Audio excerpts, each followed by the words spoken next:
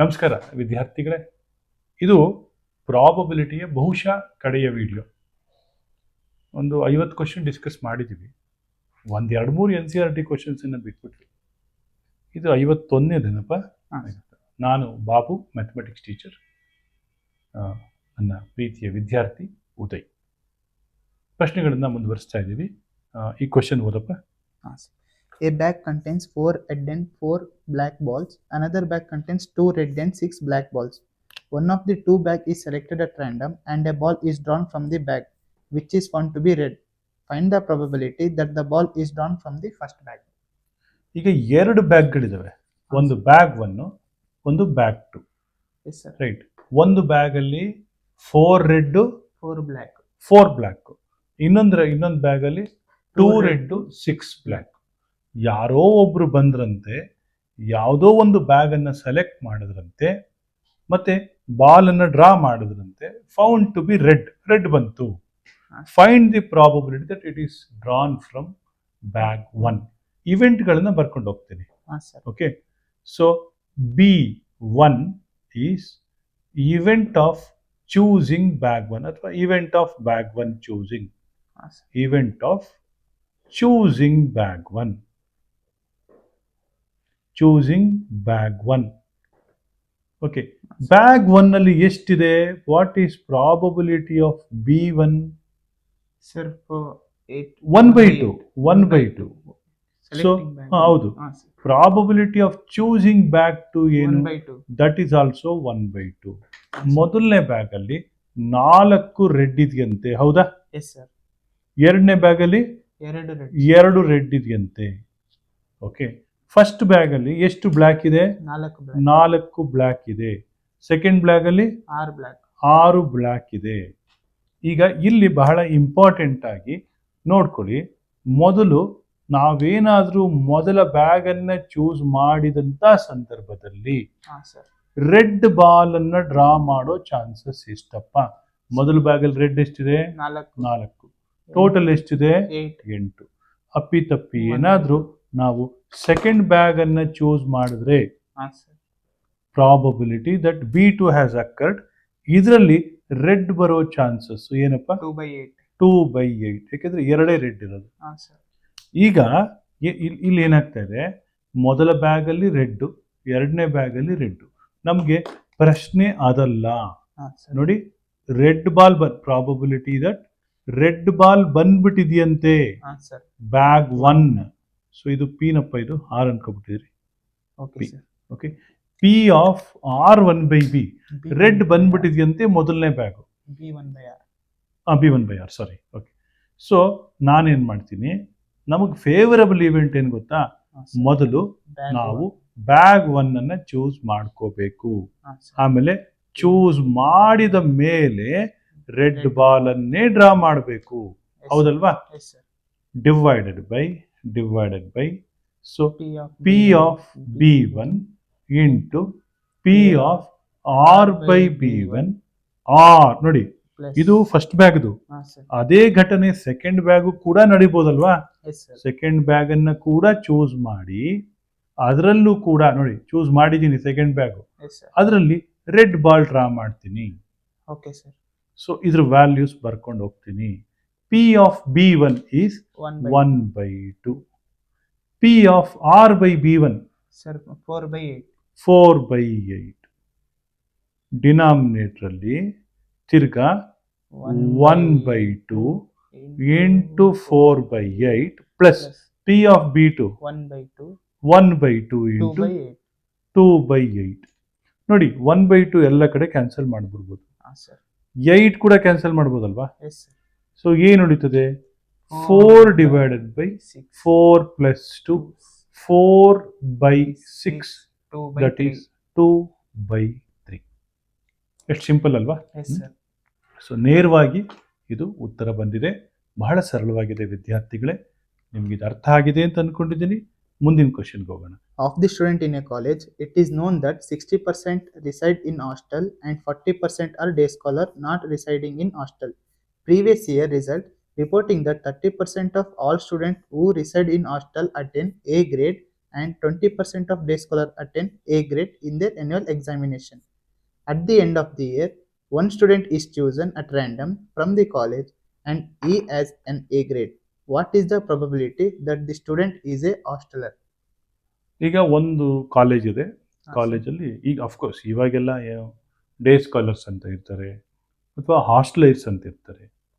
So 60% of the students, 100 ಜನ ಇದ್ದಾರೆ ಅಂದರೆ 60 ಜನ ಹಾಸ್ಟೆಲಲ್ಲಿದ್ದಾರೆ.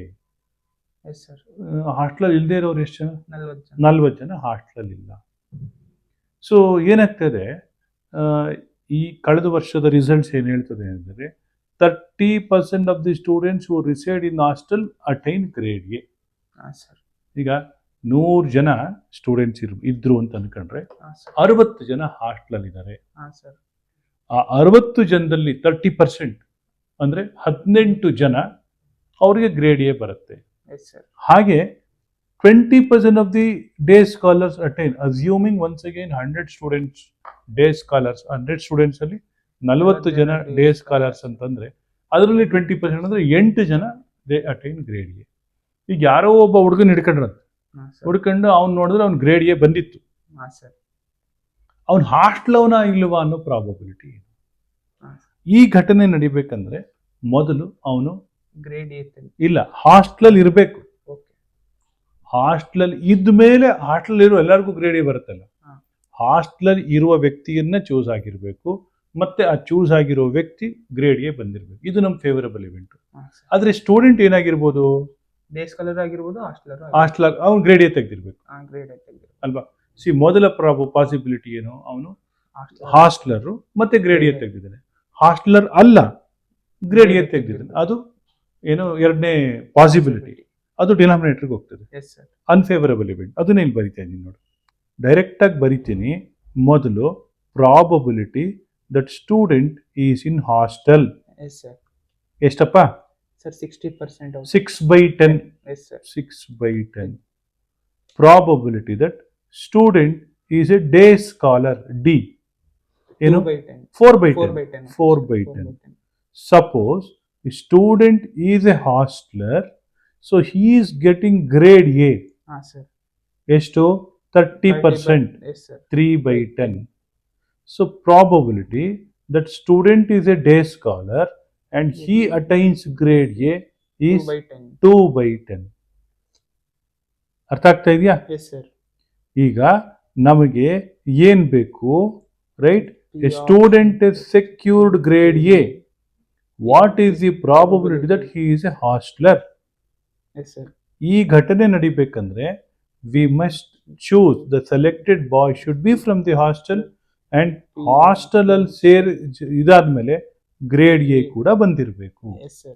ಹೋಲ್ ಡಿವೈಡೆಡ್ ಬೈ ನೋಡು P of H into P of A by H plus P of D D he is a day scholar into P of A by A by D.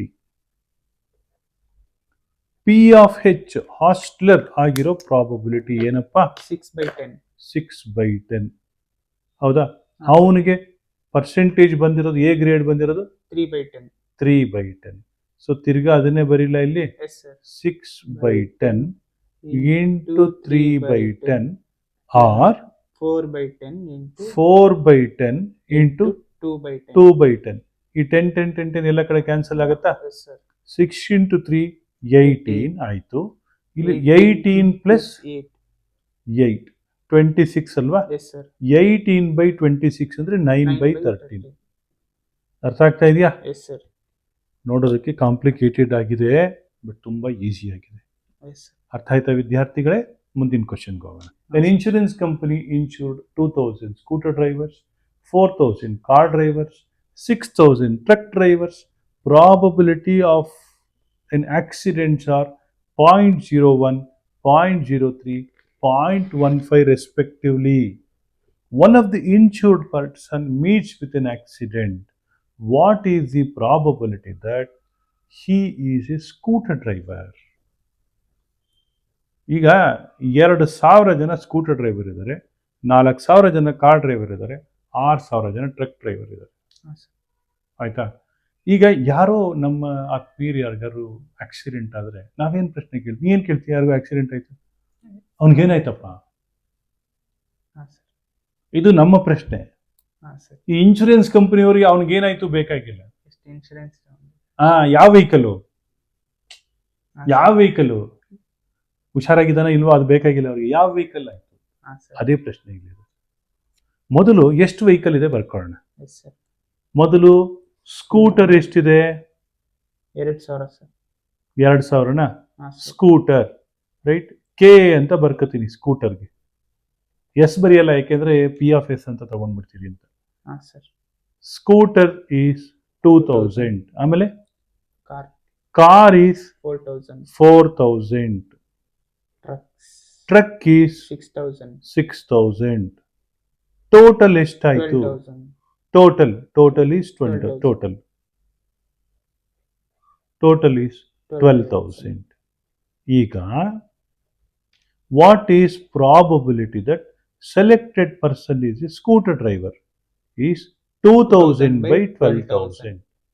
2000 by 12,000, that is 1 by 6 ಅಥವಾ 2 by 12 ಅಂತಾನೆ ಬರ್ಕೋತೀನಿ. Okay sir. ಅರ್ಥ ಆಗ್ತಾ ಇದೆಯಾ? Yes sir. Next, what is probability of choosing a car driver? 4000 by 12,000. 4 by 12 ಅಂತ ಬರ್ಕೊಳ್ಳ. Yes sir. 4 by 12. Next, what is probability of truck driver? 6,000 6 by 12. 1 by 2. 6 by 12. Yes sir. ಈಗ ಇಲ್ಲೋಡು, accident ಆಗೋಯ್ತಂತೆ ಯಾರಿಗೋ ಪಾಪ. ಹಾಂ sir. Probability that accident occurred for A scooter driver. ನೋಡಿ, accident ಆಗಿರೋದು scooter ಡ್ರೈವರ್ಗೆ ಎಷ್ಟು ಅವ್ರು ಕೊಟ್ಟಿದ್ದಾರೆ? 0.01. 1 divided by 100. Yes sir. So probability that accident has happened to a car driver is 3 divided by 100. Probability that accident ಇದು ನಡೆದಿರೋ ಘಟನೆ denominator ಬರೀತಾ ಇದ್ದೀನಿ. Accident happened to a truck driver is 15 by 100. 15 by 100. ಈಗ ಪ್ರಶ್ನೆ ಏನಪ್ಪ ಅಂತ ಹೇಳಿದ್ರೆ, ವಾಟ್ ಈಸ್ ದಿ ಪ್ರಾಬಲ್? ನೋಡು, ಈಗ ಏನಾಗ್ತದೆ ನಮಗೆ ಪ್ರಶ್ನೆ ಏನು ಹೊಡೆದು ಬರೋದು, ಈಸ್ ಎ ಸ್ಕೂಟರ್ ಡ್ರೈವರ್. ಅರ್ಥ ಆಗ್ತಾ ಇದೆಯಾ? ಸ್ಕೂಟರ್ ಡ್ರೈವರ್ಗೆ ಆಕ್ಸಿಡೆಂಟ್ ಆಗಿರೋ ಚಾನ್ಸಸ್ ಏನು ಅಂತ. ಆಯ್ತಾ? ಇದು ಇವರ ಆಲೋಚನೆ.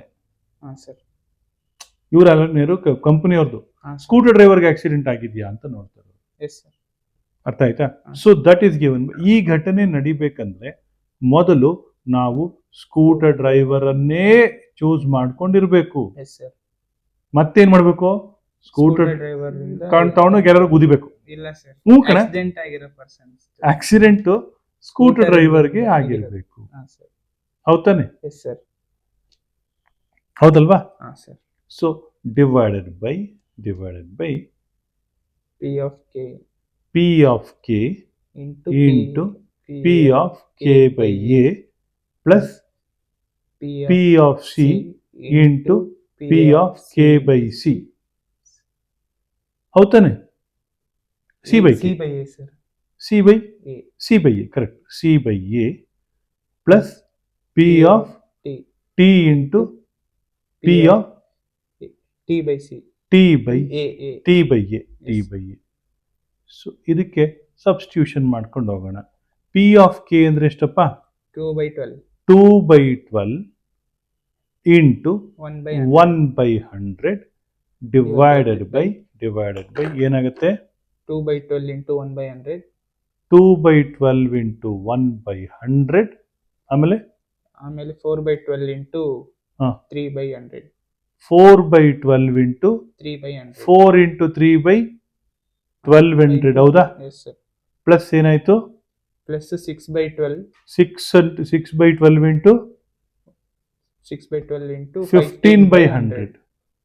ಹೌದಾನೆ? ಇಂಟು 1200 ಅಂತ ಬರೀತೀನಿ. ಇದೆಲ್ಲ 1200 ಎಲ್ಲ ಕಡೆ ಕ್ಯಾನ್ಸಲ್ ಆಗುತ್ತೆ. 2 divided by 2 plus 12 plus 6 90. 90 plus 12 102 plus 2 104. 2 by 104 ಅಂತ ಹೇಳಿದ್ರೆ 1/501 ಬರುತ್ತಾ? 1/51, 1/52 ಕಣ, 104 ಅಲ್ವಾ? 104 1/52. Answer is 1/52. ಅಂದ್ರೆ ಸ್ಕೂಟರ್ ಡ್ರೈವರ್ಗೆ ಆಕ್ಸಿಡೆಂಟ್ ಆಗಿರೋ ಚಾನ್ಸಸ್ 1/52. ಅರ್ಥ ಆಯ್ತಾ? Yes, sir. Two groups are competing for the position on the board of directors of the corporation. The probabilities that the first and the second groups will win are 0.6 and 0.4 respectively. Further, if the first group wins, the probability of introducing a new product is 0.7 and the corresponding probability is 0.3 if the second group wins. Find the probability that the new product introduced was by the second group. ಈಗ ಇಬ್ರು compete ಮಾಡ್ತಾ ಇದ್ದಾರೆ, ಆಯ್ತಾ? Yes. ನೀನು ಮತ್ತೆ ನಮ್ಮ cameraman ಇಬ್ರು, both of you are competing for a group of board of director of the corporation compete ಮಾಡ್ತಾ ಇದ್ದೀರಿ. Probability that the first and second group wins is 0.6 and 0.4. ಈಗ ನೀನ್ ಗೆಲ್ಲೋ ಚಾನ್ಸ್ 60%, ಅವ್ನು ಗೆಲ್ಲೋ ಚಾನ್ಸ್ 40%. ಫರ್ದರ್, ಈ ಫಸ್ಟ್ ಗ್ರೂಪ್ ವಿನ್ಸ್, ನೀನೇನಾದ್ರೂ ಗೆದ್ರೆ probability of introducing new product is 0.7. ಯಾವುದೋ ಒಂದು ಪ್ರಾಡಕ್ಟ್ ನೀನೇನಂತ್ಯ, ಈ ರಾಜ್ಯದಲ್ಲಿ ಗೆದ್ದ ನನ್ನ ರಾಜ್ಯದಲ್ಲಿ ಇರುವ ಎಲ್ಲರಿಗೂ ಅರ್ಧ kg ಚಿನ್ನ ಕೊಡ್ತೀನಿ ಅಂತ ಅನ್ನಿಸ್ಬೋದು. ಅರೆ, ಅನ್ನ ಕೊಡ್ತಾ ಇದಾರೆ, ಚಿನ್ನ ಕೊಡಕ್ಕಾಗಲ್ವೇ? ಕೊಡ, ಏನಾಗುತ್ತೆ? ಯಾರಪ್ಪ ಮನೆ ಸಾಲ ಕೊಡಕ್ಕೆ ಹೆಂಗಿದ್ರು ವರ್ಲ್ಡ್ ಬ್ಯಾಂಕ್ ಇಲ್ವಾ? ಕೊಡ್ತಾರೆ, ತಗೋ. ಆದ್ರೆ ಕೊಡ್ತೀಯಾ? ಬೇಷ್ ಆಗಪ್ಪ, ನಿನ್ನಂತವನಾಗ್ಲಿ. ಓಕೆ, ನೀನ್ ಗೆದ್ರೆ ಏನಂತೀಯ? ಎಲ್ಲರಿಗೂ 1 kg ಚಿನ್ನ ಕೊಡ್ತೀನಿ ಅಂತ ಅನ್ನಿಸ್ಬೋದು. That is your product. ಅವನ್ ಗೆದ್ರೆ ಅವನು ನಾನು ಕೊಡ್ತೀನಿ ಅಂತ.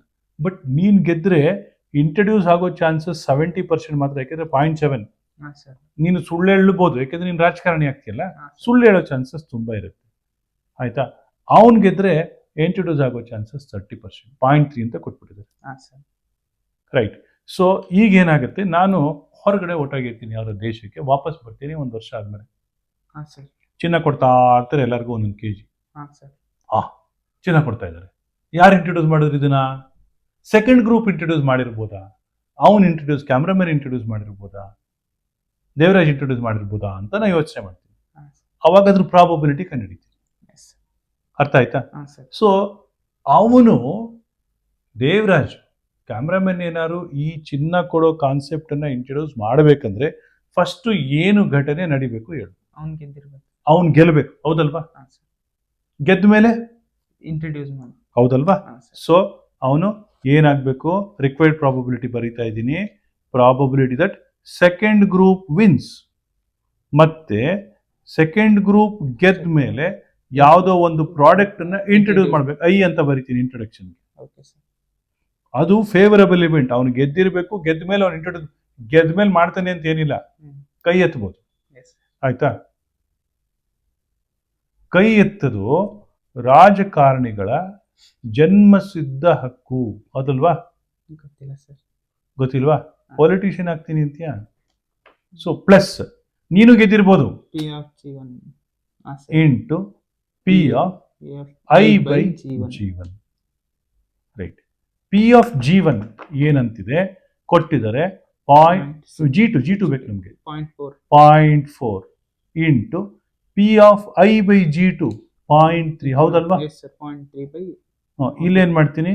0.4 ಇಂಟು 0.3. ಇಲ್ಲೇನಾಗತ್ತೆ? ಪಿ ಆಫ್ G1 ಉಲ್ಟಾ ಬರ್ಬಿಟ್ಟಿದ್ದೀನಾ? ಪರವಾಗಿಲ್ಲ, ಓಕೆ, ಅಡ್ಜಸ್ಟ್ ಮಾಡ್ಕೊಳ್ಳಿ. ಪಿ ಆಫ್ G1 ಏನು? 0.6 ಇಂಟು 0.7, 0.6 ಇಂಟು 0.7. ಈ ಎಲ್ಲ ಡಾಟ್ಗಳನ್ನ ತಗೊಂಡ್ಬಿಟ್ರೆ 4 ಇಂಟು 3 12 ಆಯ್ತು, 6 ಇಂಟು 7 42 ಆಯ್ತು, 4 ಇಂಟು 3 12 ಆಯ್ತು. 12/54 ಅಲ್ವೇನಾ? 12/54 ಅಂದ್ರೆ ಎಷ್ಟಾಗುತ್ತೆ? 2 6 2 6 9 2/9. ಅರ್ಥ ಆಯ್ತಾ? ಕಷ್ಟ ಇದೆಯಾ? A card from a pack of 52 card is last. ಇದು ಒಂದು ಕಾರ್ಡ್, ಇದು ಡೈಮಂಡ್ ತಾನೆ? ನನಗೂ ಗೊತ್ತಿಲ್ಲ ಅನ್ಕೊಳ್ಳಿ, ಇದು ಡೈಮಂಡ್ ಅಂತ ದಯಮಾಡಿ ಅನ್ಕೊಳ್ಳಿ. ಡೈಮಂಡ್ ಗುರು ಇರ್ಬೋದು. So please assume that this is diamond. ಮ್ಯಾಥಮೆಟಿಕ್ಸಲ್ ಅಸಂಪ್ಷನ್ ಜಾಸ್ತಿ ಇರ್ತದೆ. ಇದು ಡೈಮಂಡ್ ಅಂತ ಅನ್ಕೊಳ್ಳಿ, ಆಯ್ತಾ? ಏನು ಮೇಷ್ಟ್ರಿಗೂ ಹಿಂಗೆಲ್ಲ ಗೊತ್ತಿದ್ದಾರೆ, ಹಿಂಗೆಲ್ಲ ಆಡ್ತಾರೆ, ಏನು ಮಾಡೋಕ್ಕಲ್ಲ, ನಮ್ಗೆ ಗೊತ್ತಿಲ್ಲ ಗುರು ವಿಚಾರ. A card from a pack of 52 card is lost. ಈ ಥರದೊಂದು ಕಾರ್ಡ್ ಕಳೆದೋಗಿದೆ, right? From the remaining cards of the pack 2 cards are drawn. Okay, 2 ಕಾರ್ಡನ್ನು ಡ್ರಾ ಮಾಡಿದ್ರಂತೆ. ಹಾ ಸರ್. ಆಮೇಲೆ ಏನಂತು ಓದು, Found to be both diamonds. ಅವೆರಡೂ ಡೈಮಂಡ್ ಅಂತೆ. ಹಾ ಸರ್. ಓಕೆ, ಹಾಂ. Next, find the probability of the last card being a diamond. ನಾನು ಕಾರ್ಡನ್ನು ಡೈಮಂಡ್ ಅಂತ ತೋರಿಸ್ಬಿಟ್ಟೆ. ಡೈಮಂಡೇ ಇದೆಯಾ ಅನ್ನೋದೇ ಕ್ವಶನ್. ಹಾ ಸರ್. ಸೊ ಇನ್ನೊಂದ್ಸತಿ ಹೇಳ್ತೀನಿ. Card from a pack of 52 card is last. ಯಾವುದೋ ಒಂದು ಕಾರ್ಡ್ ಕಳೆದೋಯ್ತು. ಉಳಿದಿದ್ದ ಕಾರ್ಡನ್ನು ತೆಗೆದಾಗ 2 ಕಾರ್ಡ್ಗಳು ಡೈಮಂಡ್ ಕಾರ್ಡ್ಗಳೇ ಆಗಿತ್ತು. ಹಾ ಸರ್. ನಾವು the question is find the probability that the last card is also diamond. ಅರ್ಥ ಆಗ್ತಾ ಇದೆಯಾ? ಟ್ರೈ ಮಾಡೋಣ, ಸಾಲ್ವ್ ಮಾಡೋಣ ಇದನ್ನ. ಸಿ, ಈಗ probability of the last card is diamond ಏನ್ ಚಾನ್ಸು? 1/4. ಹೌದಾನೆ? Yes sir. Probability of diamond being lost is 1/4. Diamond ಯಾಕೆ 1/4 ಅಂದ್ರೆ 13/52. Yes sir. ಡೈಮಂಡ್ ಅಲ್ಲದೆ ಇರೋದು ಲಾಸ್ ಆಗಿರೋ ಚಾನ್ಸಸ್ 3/4. ಯಾಕೆ 3/4? Sir, 20 ಇಲ್ಲ, 39/52. ಅರ್ಥ ಆಯ್ತಾ? So fine. ಇವಾಗ probability of drawing both diamond cards, right? ಹಾ sir. Both diamond cards, diamond card ಕಳೆದೋಗಿದೆ ಅಂತ ಅನ್ಕೊಳ್ಳಿ. ಹಾ ಸರ್. ಡೈಮಂಡ್ ಕಾರ್ಡ್ ಕಳೆದೋಗಿದೆ ಅಂತಂದಾಗ ಹಾ ಸರ್. ನಾವು 2 ಕಾರ್ಡನ್ನು ಡ್ರಾ ಮಾಡಿದಾಗ ಹಾ ಸರ್. ಆ 2 ಡೈಮಂಡ್ ಆಗಿರೋ ಚಾನ್ಸಸ್ ಏನಪ್ಪಾ ಅಂದ್ರೆ, ನಮ್ಮ ಹತ್ರ ಒಟ್ಟು ಎಷ್ಟು ಡೈಮಂಡ್ ಕಾರ್ಡ್ ಇತ್ತು? 13 ಇತ್ತು. ಹಾ ಸರ್. ಒಂದು ಕಳೆದೋಯ್ತು. ಎಷ್ಟು 12 ಉಳ್ಕಂತು? 12 ಆಯ್ತು. 12ರಲ್ಲಿ 2ಅನ್ನ ಚೂಸ್ ಮಾಡ್ಕೋತೀನಿ. ಹಾ ಸರ್. ಹೌದಾನೆ? 12 ಬಟ್ ಟೋಟಲ್ ಎಷ್ಟು ಆಕ್ಚುಲಿ? 13 sir. ಇಲ್ಲ, 51 ಸೀಟು. ಯಾಕೆಂದ್ರೆ ಒಂದು ಕಾರ್ಡ್ ಕಳೆದೋಗಿದೆಯಲ್ಲ. Yes, okay sir. ಅರ್ಥ ಆಗ್ತಾ ಇದೆಯಾ? ಹಾ ಸರ್. ಇನ್ನೊಂದು ಪಾಸಿಬಿಲಿಟಿ ಏನಪ್ಪಾ ಅಂತ ಹೇಳಿದ್ರೆ, ಡೈಮಂಡ್ ಕಳೆದೋಗಿಲ್ಲ. ಹಾ. ಆವಾಗ 2 ಕಾರ್ಡ್ ಅನ್ನ ಡ್ರಾ ಮಾಡ್ತೀನಿ. ಹಾ ಸರ್. ಡೈಮಂಡ್ ಕಳೆದೋಗಿಲ್ಲ ಅಂದ್ರೆ ಬೇರೆದ್ ಕಳೆದೋಗಿರುತ್ತೆ. Okay. ಅದರಲ್ಲಿ ಏನು 51 ಸೀಟು ಡಿನಾಮಿನೇಟರ್ ಇದ್ದೇ ಇರ್ತದೆ. Okay sir. ಹೌದಲ್ವಾ? ಬಟ್ ಇಲ್ಲಿ 12 ಸೀಟು ಇರೋದು. ಇಲ್ಲೇನಾಗುತ್ತೆ? 13 ಸೀಟು. ಯಾಕೆ ಹೇಳು? ಡೈಮಂಡ್ ಕಳೆದಿಲ್ಲ. ಡೈಮಂಡ್ ಕಳೆದಿಲ್ವಲ್ಲ. Okay. ಇವಾಗ ನಮಗ್ ಬೇಕಾಗಿರೋದು ಏನಪ್ಪಾ ಅಂದ್ರೆ, ಏನು? Last one is diamond. Last one is diamond. ಹಾ ಸರ್. ಹೌದಾನೆ? ಹಾ. Required probability is, right? Required probability is ಕಳೆದೋಗಿರೋದು P of D into P of A by D divided by P of D into P of A by D or P of D bar into P of A by D bar. ಇದರ simplification ನೀವೇ ಮಾಡ್ಕೊಳ್ಳಿ. 11/50 ಏನೋ ಬರುತ್ತೆ. ಇದು ನೀವೇ ಮಾಡ್ಕೊಳ್ಳಿ. ಆಯ್ತಾ? ವಿದ್ಯಾರ್ಥಿಗಳಿಗೆ ರೈಟ್, ಒಂದು ಕಿವಿ ಮಾತು, ನಾವೇನು ಪಾಠ ಮಾಡಿದ್ದೀವಿ ಅದಷ್ಟು ನಿಮಗೆ ಸಾಕಾಗ್ತದೋ ಇಲ್ವೋ ಗೊತ್ತಿಲ್ಲ. NCERT ಪುಸ್ತಕವನ್ನು ನೋಡಿ ವಿದ್ಯಾರ್ಥಿಗಳೇ. ನಿಮಗೆ ಈ ಥರದ ಪಾಠಗಳು ಇಷ್ಟ ಆಗ್ತದೆ, ಹೊಂದ್ಕೋತದೆ ಅಂತಂದರೆ ನೀವು DVG ಟ್ಯೂಷನ್ಗೆ ಬಂದು ಸೇರ್ಕೋಬೋದು. ಆಮೇಲೆ ಒಂದು ವಿಚಾರ ನೆನ್ಪಿಟ್ಕೊಳ್ಳಿ, ನಾವು ಇಡೀ ಟೆಕ್ಸ್ಟ್ ಬುಕ್ಕಲ್ಲಿರುವ ಎಲ್ಲ ಪ್ರಾಬ್ಲಮ್ಗಳನ್ನು ಡಿಸ್ಕಸ್ ಮಾಡಿದ್ದೀವಿ. ಒಂದು ಚೂರು ಕೊಟ್ಟಿದ್ದೀವಿ, ಇನ್ನು ಉಳಿದಿದ್ದು ಮಾಡ್ಕೊಳ್ಳಿ. ಅವೆಲ್ಲ ಏನು, ಒಂದು 2-3 ಕ್ವಶನನ್ನು ಡ್ರಾಪ್ ಮಾಡಿರ್ಬೋದು. ನೋಡಿ, 3.25 ಗಂಟೆಗಳ ಪಾಠ ನಿಮಗೆ ಯೂಟ್ಯೂಬಲ್ಲಿ ಇದೇ ಚಾಪ್ಟರ್ದು ಲಭ್ಯ ಇದೆ. ಯಾವುದು? ಥಿಯರಿ. ಇದೆ ಥಿಯರಿ ಪಾಠ. ಅದು CET 2.5 ಗಂಟೆ ಇದೆ. 3.5 2.5 ಅಂತ ಅನ್ಕೊಂಡ್ರೆ 6 ಗಂಟೆಗಳ ಪಾಠ ಬರೀ ನಿಮಗೆ ಈ ಚಾಪ್ಟರ್ದೇ ಇದೆ. ತುಂಬ ಸರಳವಾಗಿರೋ ಚಾಪ್ಟ್ರು. ಕಷ್ಟಪಟ್ಟು ಓದಿ, ಇಷ್ಟಪಟ್ಟು ಓದಿ. ಲೈಫಿಗೂ ಕೂಡ ಇದು ಬಹಳ ಇಂಪಾರ್ಟೆಂಟ್ ಆಗಿರುವಂಥ ಚಾಪ್ಟ್ರು. ಪ್ರೀತಿಯ ವಿದ್ಯಾರ್ಥಿಗಳೇ, ನಿಮ್ಮ ಬದುಕು ಹಸನಾಗಲಿ, ನಿಮ್ಮ ವಿದ್ಯಾಭ್ಯಾಸ ಚೆನ್ನಾಗಾಗಲಿ. ಮತ್ತು ನಾವೇನಾದರೂ ತಪ್ಪುಗಳನ್ನು ಮಾಡಿದರೆ ನಮ್ಮನ್ನು ಕ್ಷಮಿಸಿ. ಮತ್ತು ಏನಾದರೂ ಹೇಳುವಾಗ ಯಾವುದಾದ್ರೂ ಪದ ನಿಮಗೇನಾದರೂ ನೋವಾಗಿದ್ದರೆ ದಯವಿಟ್ಟು ಕ್ಷಮಿಸಿ. ನಿಮಗೆಲ್ಲರಿಗೂ ಒಳ್ಳೆಯದಾಗಲಿ. ನಮಸ್ಕಾರ.